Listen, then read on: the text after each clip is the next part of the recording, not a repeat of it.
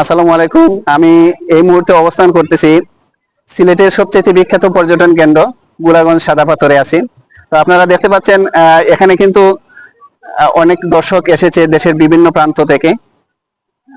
তো আপনাদেরকে যদি একটু দেখানোর চেষ্টা করি, পিছনে মেঘালয়ের পাহাড় দেখা যাচ্ছে এবং সেই সাথে পাথরের ফাঁক বলে স্বচ্ছ জলরাশি প্রবাহিত হচ্ছে।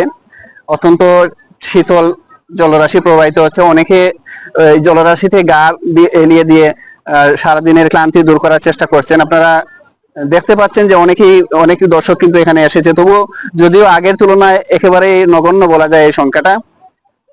তো পর্যটকের সংখ্যাটা আগের তুলনায় নগণ্য হলেও প্রকৃতির সৌন্দর্য কিন্তু কোনো অংশে কমে যায়নি। আমরা এসে দেখলাম আজকে যতটুকু, যে সাদা পাথর কিন্তু এখনো মেইন স্পটটা অনেক অনেক সুন্দর, আমার কাছে বেশ ভালোই মনে হচ্ছে।